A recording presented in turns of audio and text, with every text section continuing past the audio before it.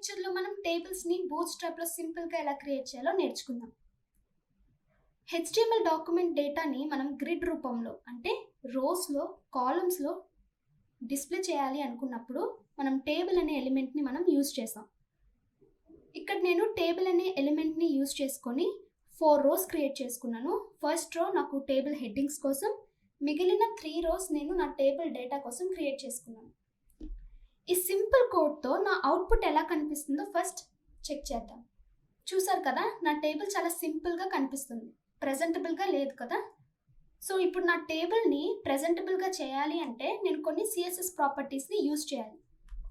ఇక్కడ చూడండి, నేను బార్డర్ అప్లై చేసుకున్నాను, టెక్స్ట్ అలైన్మెంట్ అప్లై చేశాను, బ్యాక్గ్రౌండ్ కలర్స్ అప్లై చేశాను. ఇవన్నీ కూడా నా యొక్క టేబుల్కి ప్రెజెంటబుల్గా చేయడానికి CSS ప్రాపర్టీస్ అన్నమాట. ఇప్పుడు ఈ CSS ఫైల్ని నా HTML ఫైల్కి లింక్ చేసుకుంటాను. ఇప్పుడు టేబుల్ అవుట్పుట్లో ఎలా కనిపిస్తుందో చూద్దాం. ఇప్పుడు కొంచెం ప్రెజెంటబుల్గా కనిపిస్తుంది కదా మనకి. ఇలా టేబుల్ని ప్రెజెంటబుల్గా చేయాలి అంటే మనం కొన్ని CSS ప్రాపర్టీస్ని యూజ్ చేస్తున్నాం. కానీ బూట్స్ట్రాప్లో CSS ప్రాపర్టీస్ లేకుండా కొన్ని ప్రీ డిఫైన్ క్లాసెస్ని యూజ్ చేసి టేబుల్ని సింపుల్గా క్రియేట్ చేయొచ్చు. అది ఎలాగో ఇప్పుడు చూద్దాం. సో మనం బూట్స్ట్రాప్ ప్రీ డిఫైన్ క్లాసెస్ని యూజ్ చేస్తున్నాం కాబట్టి CSS ప్రాపర్టీస్ మనకి అవసరం లేదు. సో నేను ఈ లింక్ తీసేస్తున్నాను. బూట్స్ట్రాప్లో టేబుల్ని క్రియేట్ చేయాలి అంటే టేబుల్ అనే ప్రీ డిఫైన్ క్లాస్ని మనం యూజ్ చేయాలి.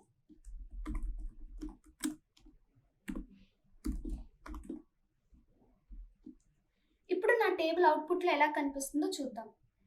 జస్ట్ నేను ఒక ప్రీ డిఫైన్ క్లాస్ని మాత్రమే యూజ్ చేశాను. చూసారా, నా యొక్క టేబుల్ ఎంత ప్రెజెంటబుల్గా కనిపిస్తుందో. బూట్స్ట్రాప్లో ప్యాడింగ్ వచ్చింది, అలానే రో బార్డర్స్ వచ్చాయి. సో ఇలా మనకి ఈ యొక్క ప్రీ డిఫైన్ క్లాసెస్తో చాలా అడ్వాంటేజెస్ అనేవి ఉన్నాయి. ఇప్పుడు నేను ఈ టేబుల్కి బ్యాక్గ్రౌండ్ కలర్ని అప్లై చేయాలనుకుంటున్నాను.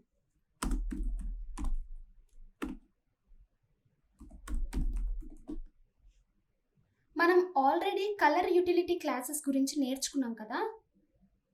ప్రైమరీ అంటే బ్లూ కలర్ వస్తుంది, సక్సెస్ అంటే గ్రీన్ కలర్ వస్తుంది, warning yellow, danger red. So ఇలాగ మనం ఈ యొక్క కలర్ యూటిలిటీ క్లాసెస్ని యూజ్ చేసి మన టేబుల్కి బ్యాక్గ్రౌండ్ కలర్ అనేది ఇవ్వచ్చు. టేబుల్ హైఫెన్ ఆ కలర్ యూటిలిటీ క్లాస్ని. సో ఈ యొక్క కలర్స్ అనేవి నేను ఇండివిజువల్ రోకి కూడా నేను అప్లై చేసుకోవచ్చు, అలానే ఇండివిజువల్ సెల్కి కూడా నేను అప్లై చేసుకోవచ్చు. ఈ యొక్క కలర్ ప్రీ డిఫైన్ క్లాసెస్ని నేను ఇండివిజువల్ రోకి ఇప్పుడు అప్లై చేస్తున్నాను.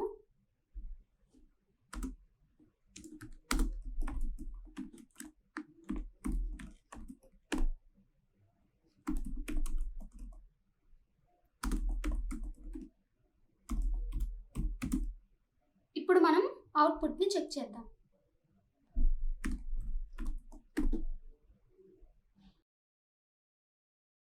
టేబుల్ అంతటికి నేను గ్రీన్ కలర్ ఇచ్చాను. ఫస్ట్ రోకి మాత్రం నేను బ్లూ కలర్ ఇచ్చాను. సెకండ్ రోలో థర్డ్ కాలమ్ సెల్కి మాత్రం నేను రెడ్ కలర్ ఇచ్చాను. సో ఇలా మనం ఈ యొక్క ప్రీ డిఫైన్ క్లాసెస్ని యూజ్ చేసుకొని ఇండివిజువల్ రోకి లేదా ఇండివిజువల్ సెల్కి మనం అప్లై చేసుకోవచ్చు. ఈ టేబుల్కి ఇంకొన్ని అడిషనల్ ఫీచర్స్ని మనం యూజ్ చేద్దాం.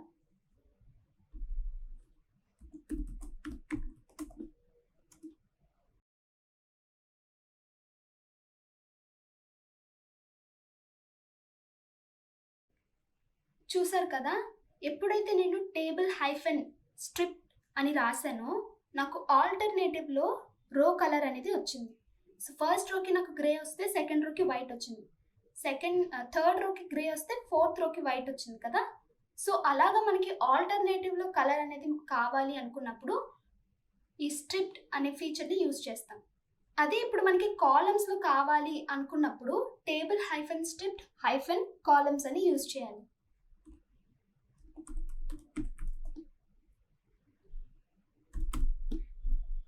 చూసారు కదా, నాకు కాలమ్స్ అనేవి ఆల్టర్నేటివ్ కలర్స్లో వచ్చాయి. సో అలాగా మనం ఈ యొక్క స్ట్రిప్ అనే ప్రీ డిఫైన్ క్లాస్ని మనం యూజ్ చేసుకుంటాం. ఈ టేబుల్ స్ట్రిప్ అనే ప్రీ డిఫైన్ క్లాస్ అనేది డార్కర్ థీమ్లో కూడా వర్క్ అవుతుంది. అది ఎలాగో ఇప్పుడు చూద్దాం.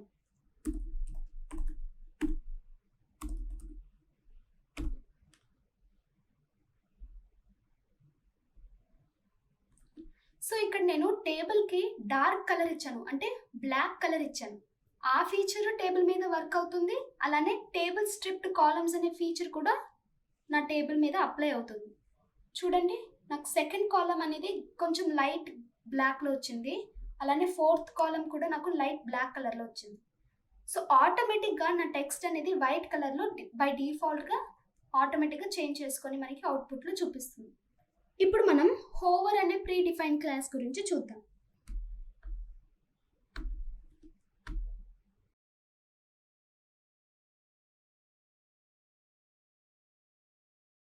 మనం ఎప్పుడైతే టేబుల్ హైఫన్ హోవర్ అనే ప్రీ డిఫైన్ క్లాస్ని యూజ్ చేస్తామో అప్పుడు మనం ఆ ప్రతి రోకి ఎప్పుడైతే మనం టేబుల్ హైఫన్ హోవర్ అనే ప్రీ డిఫైన్ క్లాస్ని మన టేబుల్కి అప్లై చేస్తామో ఎప్పుడైతే కర్సర్ ఆ యొక్క పర్టికులర్ రోకి టచ్ అవుతుందో ఆ రో మొత్తం హోవర్ అవుతుంది.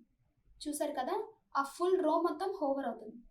సో మీకు ఇంకా సింపుల్గా తెలియాలి అనుకుంటే ఇప్పుడు చూసారా, నా కర్సర్ ఫస్ట్ రో మీద ఉంది. సో ఫస్ట్ రో మొత్తం హోవర్ అయింది. సెకండ్ రో మీద ఉంది, సెకండ్ రో మొత్తం హోవర్ అయింది. సో ఇలా మనకి ఈ యొక్క రోస్ అనేవి హోవర్ అవ్వడానికి టేబుల్ హైఫన్ హోవర్ అనేది యూజ్ చేస్తాం. టేబుల్స్ అనేవి బార్డర్స్తో ఉంటాయి కదా. ఫర్ ఎగ్జాంపుల్ ఇప్పుడు నేను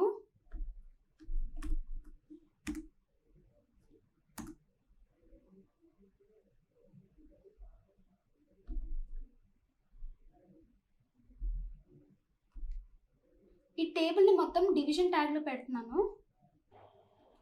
ఇప్పుడు మనం టేబుల్స్కి బార్డర్ని ఎలా అప్లై చేయాలో చూద్దాం. సో ఫస్ట్ మనం ఈ టేబుల్ యొక్క అవుట్పుట్ ఎలా ఉందో చూద్దాం. సో మనకి టాప్ బార్డర్ అలానే సైడ్ బార్డర్స్ మనకి తెలియడం లేదు కదా, ఉన్నాయో లేవో అని. సో దానికోసం నేను ఈ యొక్క టేబుల్ కోడ్ని కంటైనర్ అనే డివిజన్లో ప్లేస్ చేస్తున్నాను.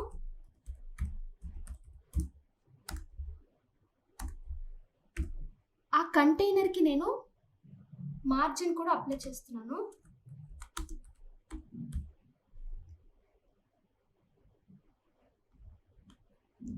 సో ఇప్పుడు మన టేబుల్ కొంచెం కిందకి అలానే సైడ్కి వచ్చింది కదా. టేబుల్ని అబ్జర్వ్ చేసినట్లయితే టాప్ బార్డర్ లేదు, సైడ్ బార్డర్స్ లేవు, అలానే కాలంకి డిఫరెన్షియేట్ చేసే బార్డర్ కూడా లేదు. సో దానికోసం మనం బార్డర్డ్ అనే ప్రీ డిఫైన్డ్ క్లాస్ని మనం యూజ్ చేస్తాం.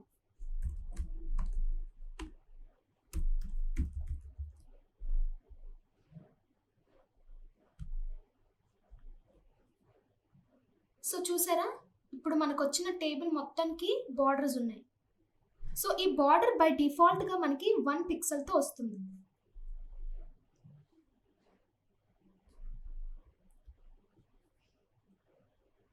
ఇప్పుడు మనం ఈ టేబుల్కి బార్డర్ వద్దు అనుకున్నప్పుడు బార్డర్ లెస్ అని ప్రీ డిఫైన్ క్లాస్ని అప్లై చేస్తే చాలు. చూసారా, టేబుల్కి బార్డర్స్ అనేవి లేవు.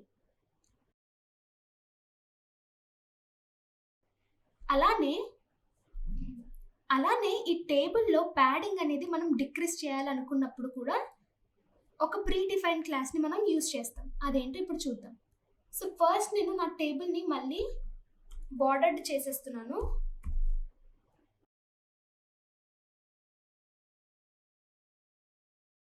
చూసారా, నా టేబుల్ యొక్క ప్యాడింగ్ అనేది తక్కువ తీసుకుంది, ఎందుకంటే టేబుల్ హైఫన్ SM అనే ప్రీ డిఫైన్డ్ క్లాస్ని మనం యూజ్ చేసాం కాబట్టి.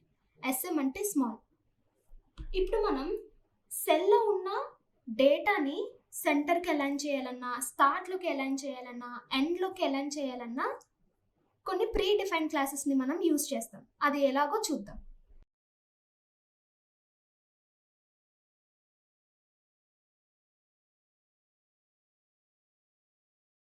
చూసారు కదా, నేను ఫస్ట్ నేమ్కి టెక్స్ట్ సెంటర్ అని ఇచ్చాను. అలా ఇచ్చినప్పుడు నాకు హారిజంటల్గా టెక్స్ట్ని అలైన్ చేస్తుంది సెంటర్కి.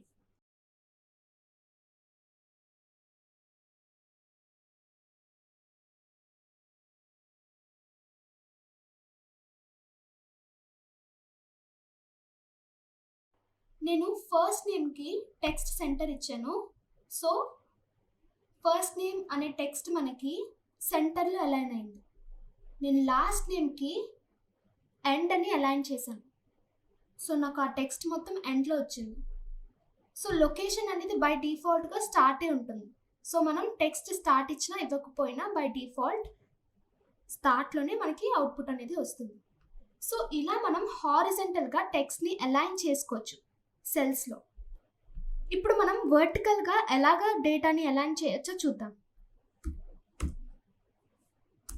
సెకండ్ రోలో నేను ఒక కాలమ్ని ఎక్స్ట్రా తీసుకుంటున్నాను.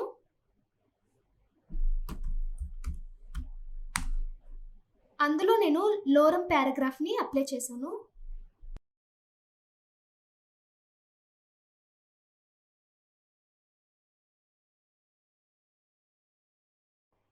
ఇప్పుడు మనం NAD అనే టెక్స్ట్ని నేను ఆ సెల్లో నాకు సెంటర్కి వర్టికల్గా సెంటర్కి రావాలి కదా. చూడండి, ఈ టెక్స్ట్ అనేది నాకు సెంటర్లోకి వస్తే కొంచెం ప్రెజెంటబుల్గా ఉంటుందని ఇప్పుడు నేను NAD అనే టెక్స్ట్ తాలూకా టేబుల్ డేటాకి నేను అలైన్ మిడిల్ అని ఇస్తున్నాను.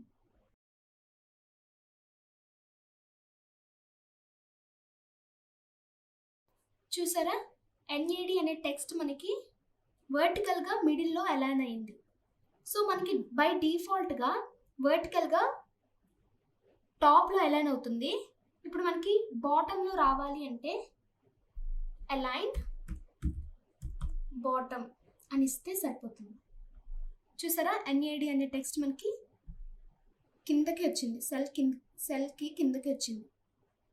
సో బూట్స్ట్రాప్లో మనం క్రియేట్ చేసే టేబుల్ అనేది రెస్పాన్సివ్నెస్తోనే వస్తుంది.